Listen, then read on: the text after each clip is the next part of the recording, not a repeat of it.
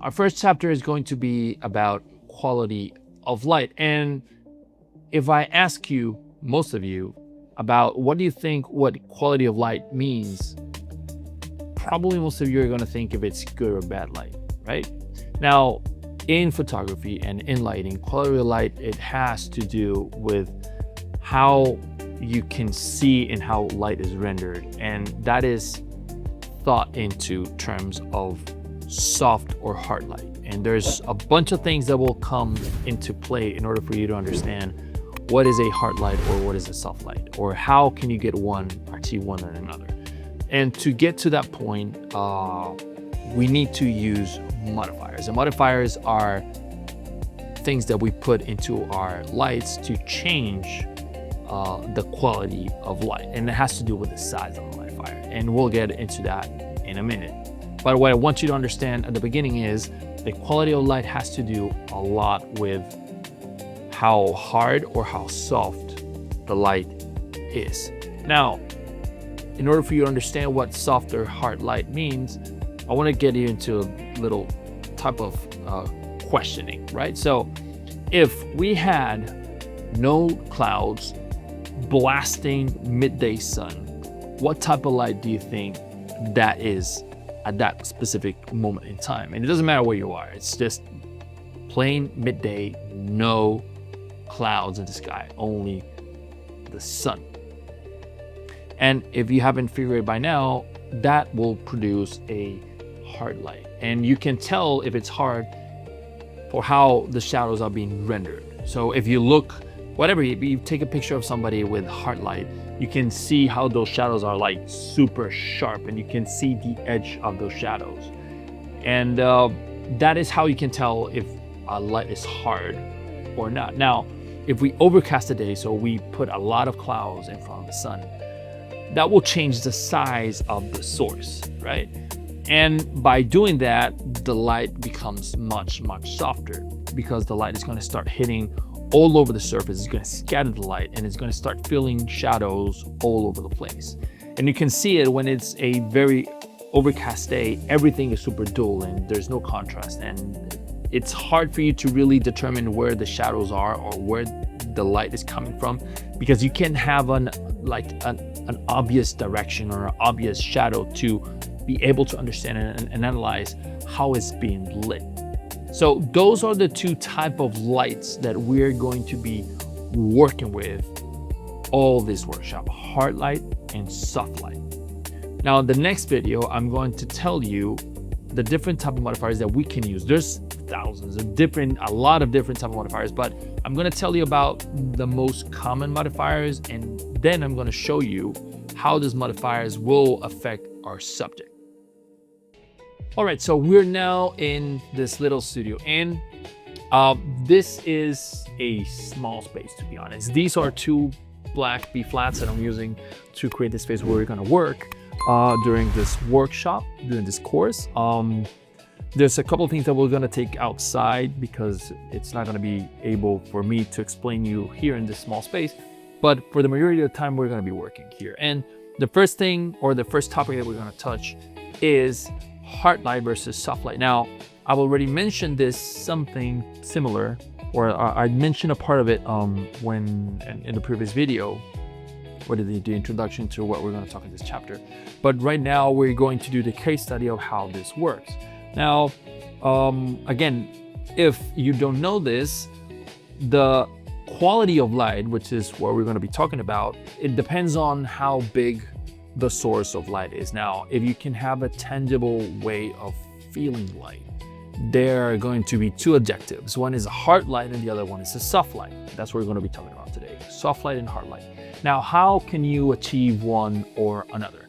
And that all depends on the size of your modifier. Right now, we have this 3-foot octabox placed on my DGB strobe, which is from Popov. And it's, as you can see, it's hitting directly to our subject's face. And if you can see how this looks, it is pretty soft source of light. And I'm gonna take a picture and I'm gonna show it to you in a minute. So we can have a comparison between this and how hard light should look. So I'm gonna go and grab my camera, and After I pick my camera, I'm gonna set it up. I'm gonna test light it, everything, so you can see how this works. And then I'm gonna take the picture, and then we're gonna go to hard light. Be right back in a minute. Okay, so now I've got my camera. We're gonna be working with the USR, like I said previously, with my 35mm lens, and this is going to be the remote control for my strobe. This will allow me to use high-speed sync if I need to on different strobes, not in this one, but this is the one who's gonna be triggering the strobe right now. So before we shoot, again, this is all about lighting. So we're gonna try to use as much tools as we can for this. So I'm going to leave my camera over here, and I'm going to bring my flash meter. I'm going to set it up to ISO 100, which is what I have right now in my camera.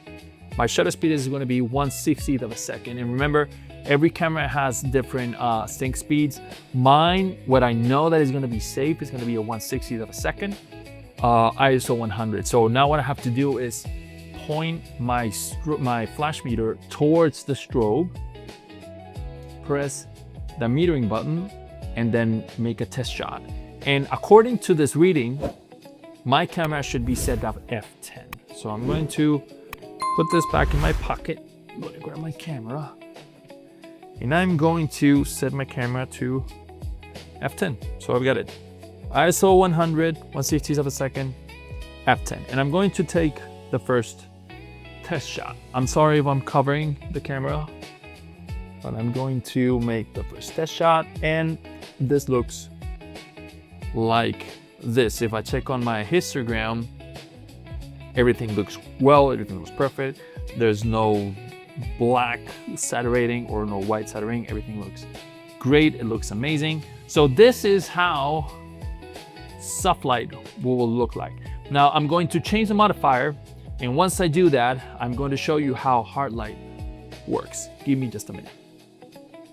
So I have changed my modifier, and as you can see, it's very, very, very bright and a very, very, very different type of light if you compare it to the soft light that we had before. I'm going to take a picture of this situation right now, and I'm going to show you the difference side by side between this light and the soft light. Now, again, because we've changed our modifier, that means that we've took away layers of fabric, so the light will be diffused. So that means that we gain some more light, probably a couple of stops. I'm going to test this out. So again, the shutter speed is going to be 1/60th of a second. Our ISO is going to be 100. And now we're going to see what the light meter says. So I'm going to point this towards the light, press this measuring, test it. It says F14. So that means that we are a step above what we had before. So I'm going to get my camera, which is over here, and I'm going to make our shot. So it's F14, a whole stop we gain of light. And again, I'm going to set this up. Bam, there we go. Perfect. F14 versus F10. And as you can see in the comparison images, there is a huge difference between hard light and soft light. You can see in the hard light, there are like hard edges. You can see how deep the shadows can become. In the soft light, it's difficult for you to really recognize where the shadows start and where it ends, because the penumbra, which is the space between the shadow, the light, whatever's in between, is called penumbra. So that fades in a way, it's in a slower way that it will do it with hard light.